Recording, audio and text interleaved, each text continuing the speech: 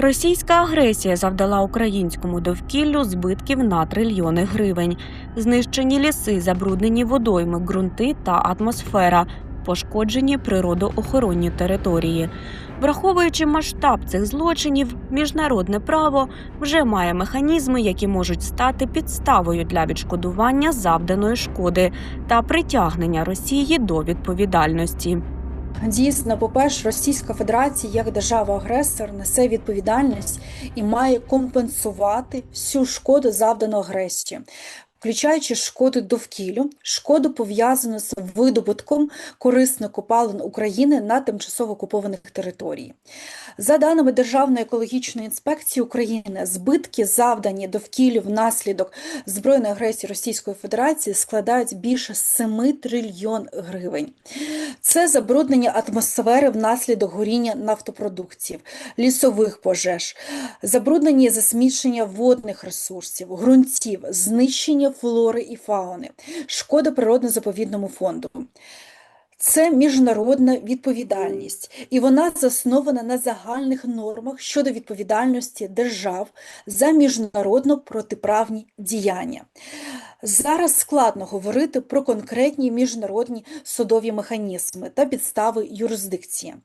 Наразі найбільш реальний механізм – це міжнародний компенсаційний механізм для України, який включає компенсацію шкоди довкіллю, завдану агресією Росії та санкційні інструменти. Одним із найгучніших прикладів екологічного злочину стала руйнація Каховської ГЕС. Саме цей випадок експерти називають найбільш перспективним для розгляду в Міжнародному кримінальному суді. На їхню думку, наслідки підриву можуть стати важливим прецедентом у міжнародному правосудді. Найбільш вірогідним, який привертає увагу прокурорів Офісу прокурора МКС, є кейс, пов'язаний з підривом греблі Каховської ГЕС із Збройними силами Російської Федерації. На нашу думку, це порушення декількох пунктів статті 8 Римського статуту Міжнародного кримінального суду, яка саме присвячена вчиненню воєнних злочинів.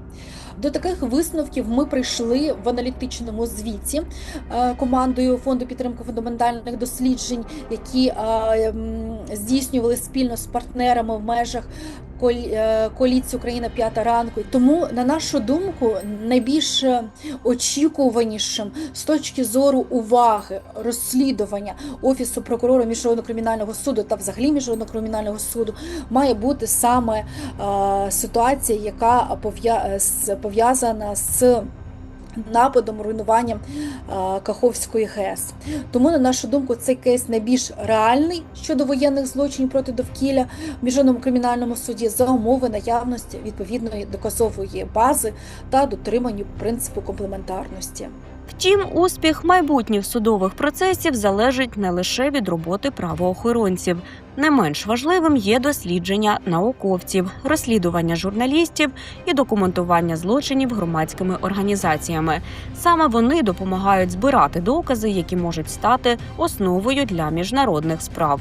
Коли прагнеш справедливості, досягнення справедливості, відновлення, то ключовим є наявність доказової бази, доказів.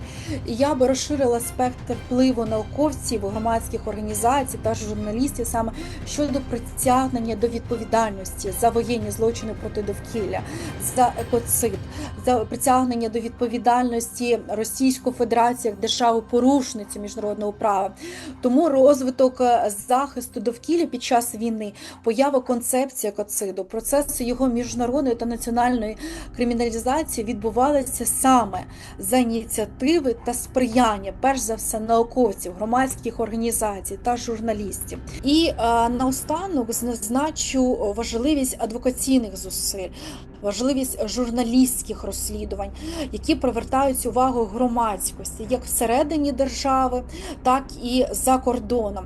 Тих, що можна використовувати цю інформацію безпосередньо в адвокаційних заходах, для санкційних механізмів, для ініціювання розслідування в Міжнародного кримінального суду.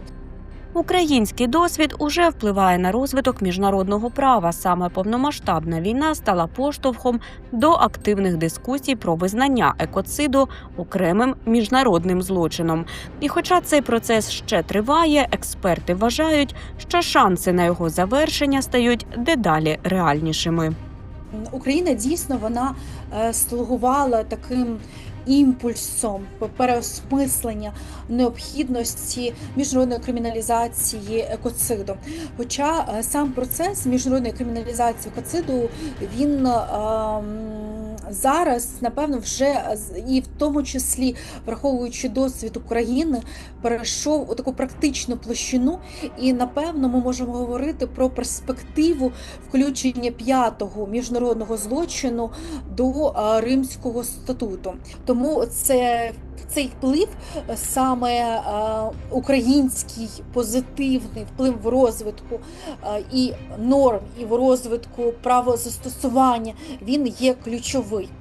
Також хочу наголосити на паралельному процесі криміналізації екоциду, який відбувається на регіональному рівні.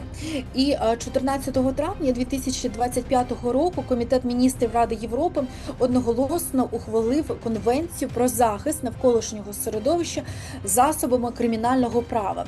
Це перший міжнародний договір, спрямований безпосередньо проти екологічних злочинів.